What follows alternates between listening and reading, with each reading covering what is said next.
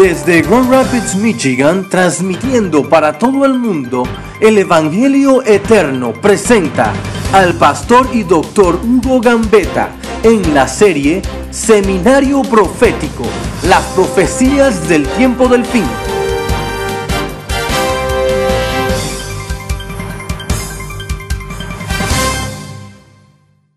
Una escala. ¿A dónde está esa escala? Exactamente, en el departamento de pesos y medidas. Allá está el canon, o sea, la regla que sirve de base para toda otra regla. Y eso significa que toda yarda tiene que estar de acuerdo a la medida reglamentaria. Si está más larga o si está más corta, es una yarda falsa, es medida adulterada. La Biblia es nuestro canon. Eso es lo que quiere decir la palabra canon. Medida o norma. La Biblia sirve como base para medir a todo el que pretenda tener el don profético, a la ley y al testimonio. Si no han hablado conforme a esto es porque no les ha amanecido. Primera de Corintios 14:34, los espíritus de los profetas están sujetos a los profetas, porque Dios no es Dios de confusión.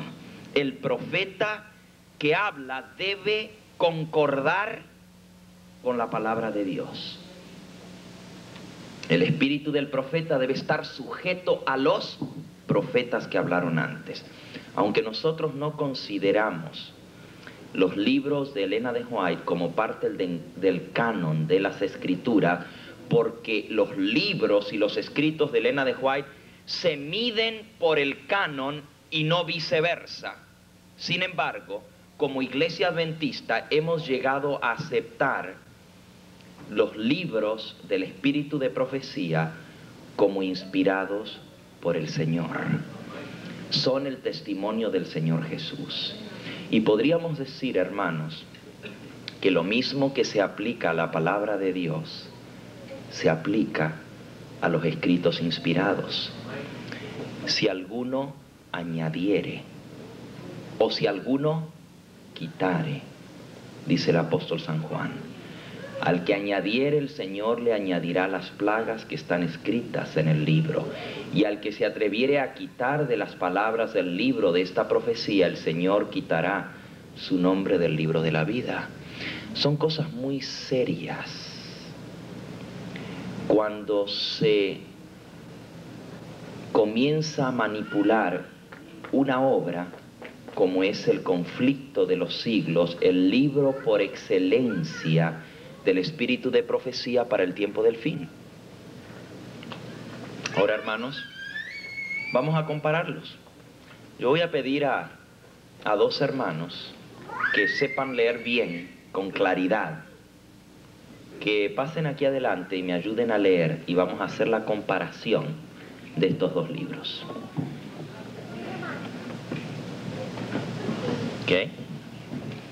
Le voy a pedir aquí al hermano que él lea en el nuevo conflicto, y aquí el hermano que él lea en el antiguo conflicto, o sea, el conflicto que nosotros tenemos. Este fue publicado por la Casa Publicadora Interamericana en mayo de 1990, o sea, hace 2 años atrás. El que tiene el hermano en su mano fue publicado por la misma casa editora sudamericana en 1978. La misma casa publicadora publica ambos y son prácticamente iguales, hasta las páginas coinciden, pero ahora ustedes verán la diferencia.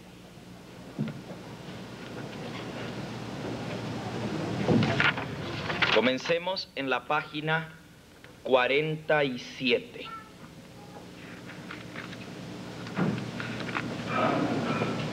Por favor, léame, comenzando: la mayoría de los cristianos. Acérquese al micrófono. La mayoría de los cristianos consintieron al fin en arriar su bandera y se realizó la unión del cristianismo con el paganismo. Aunque los adoradores de los ídolos profesaban haberse convertido y unido con la iglesia, seguían aferrándose a su idolatría y solo habían cambiado los objetos de su culto por imágenes de Jesús y hasta de la bienaventurada Virgen María y de los santos. Al unirse los discípulos de Cristo con los idólatras, la religión cristiana se corrompió y la iglesia perdió su pureza y su fuerza. Hubo, sin embargo, creyentes que no dejaron extraviar por esos engaños y, adorando solo a Dios, se mantuvieron fieles al autor de la verdad. Gracias. Ustedes no notaron nada, pero el hermano que está aquí sí lo notó. Le falta todo un pedazo. Escuchen. La mayoría de los cristianos consintieron al fin en arriar su bandera y se realizó la unión del cristianismo con el paganismo.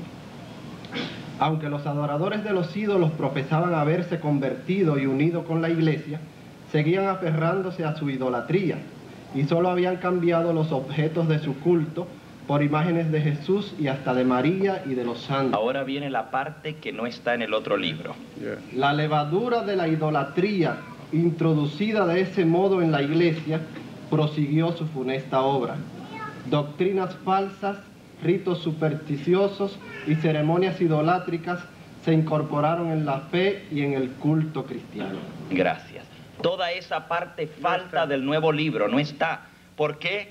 Porque dice la idolatría que se metió en la iglesia, doctrinas falsas, ritos supersticiosos, ceremonias idolátricas se incorporaron en la fe y en el culto de la iglesia cristiana. Esa parte no existe.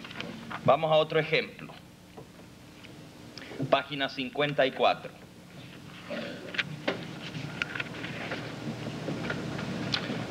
Esta avenencia.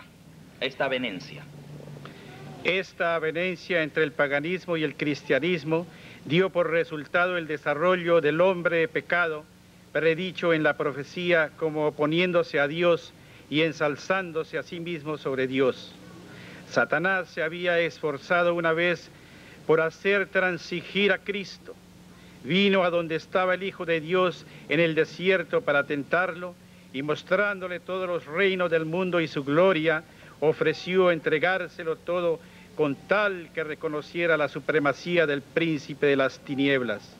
Cristo reprendió al presuntuoso tentador y lo obligó a marcharse, pero al presentar las mismas tentaciones a los hombres, Satanás obtiene más éxito. Una de las principales doctrinas del catolicismo enseña que el Papa es cabeza visible de la Iglesia Universal de Cristo y que fue investido de suprema autoridad sobre los obispos y los pastores de todas las partes del mundo. Gracias, hermano. Ustedes no notaron nada allí, pero el hermano sí lo notó. Esta avenencia entre el paganismo y el cristianismo dio por resultado el desarrollo del hombre de pecado, predicho en la profecía como oponiéndose a Dios y ensalzándose a sí mismo sobre Dios. Aquí viene la parte que no está en el nuevo libro.